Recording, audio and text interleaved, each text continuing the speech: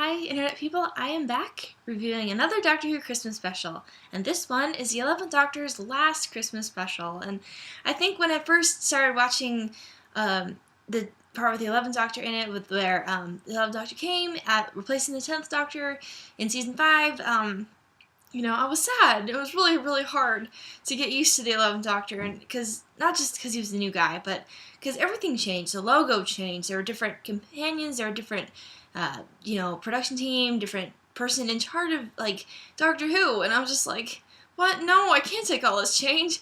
But it took time and rewatchings, and all that kind of thing. But I finally warmed up to the 11th Doctor and really grew to like him a lot. And I think Matt Smith too. He really put his whole heart and soul into being the Doctor, and he did, I think, the best that he could. And I think, yeah, it was good, a good run. And it ends with this episode.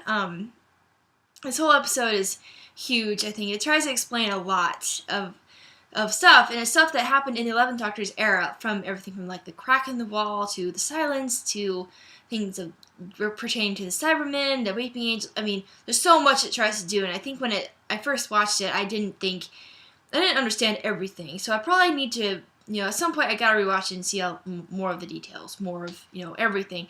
But still, I think I'm glad that they tried to explain those things to kind of put, a bit of closure on the 11th Doctor's era, kind of put, a bookend, I think. And not just one that says goodbye to the 11th Doctor, but one that kind of, ties up loose ends from his stories and from the plot lines and all that sort of thing. That's good. I think that's a really good thing.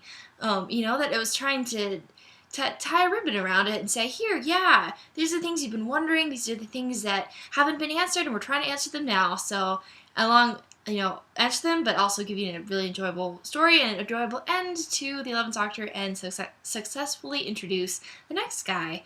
And I really got emotional. Maybe not quite as emotional as when the 10th Doctor left, but I did get emotional when, the 11th Doctor left, and leading up to that too, when he got to live to ripe old age. He got to, have that time. And I remember, he at one point he's kind of in this room and he sees all these drawings. I think, if I remember right, people thanking the Doctor, and if I recall correctly, those were from actual fans in real life of Doctor Who and all of that. And it's just so beautiful the way they're able to integrate that into the show and have it be a part of, his last episode. I think that was a really touching ending. And I think there are two kinds of endings you can give a character, probably more than two, sorry, but one that's really hard and sad and heart-wrenching, just rips your heart out and makes you cry and feel hopeless. And I guess those can have their place, I think. There's a place for tears, there's a place for, letting that kind of thing out.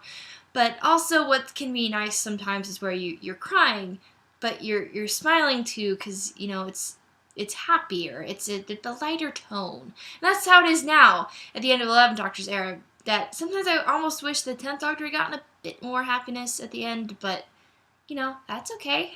I'm not complaining. But, yeah, so, yeah, the end of Matt Smith's Doctor, I think a lot of people at first didn't like him, and they grew to like him, so, it's hard to say goodbye, but I'm so glad he, was able to get a good goodbye, a really good last episode. And, also seeing him grow older, but then seeing Clara being able to help, and because she was his companion at the end, and and I think it went really well. And I think if I recall correctly, I think this is when he meets some of her family, so that's funny. There's some funny things thrown in. And I think the Doctor tries to send her back home and just tell her to live a normal life without me.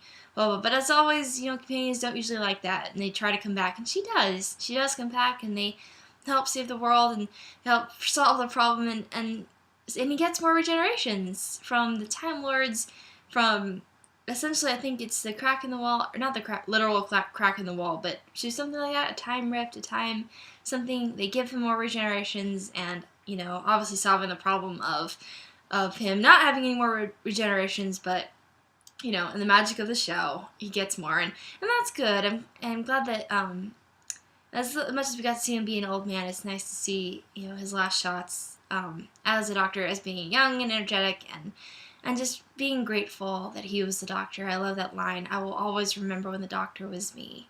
And that's not just the Doctor talking. That's Matt Smith talking, and I love that a lot. And I think it was a very fitting bookend And also we see a very brief glimpse of Peter Capaldi as the 12th Doctor. So yeah, that was interesting. I remember not really knowing what I thought of him at that point, but I will get to that later. So that's my thoughts on this episode. Thank you very much for watching. Please like and subscribe. Please stay tuned for more fandom rambles. There's just a couple more Christmas specials left, and I will see you next time. Bye!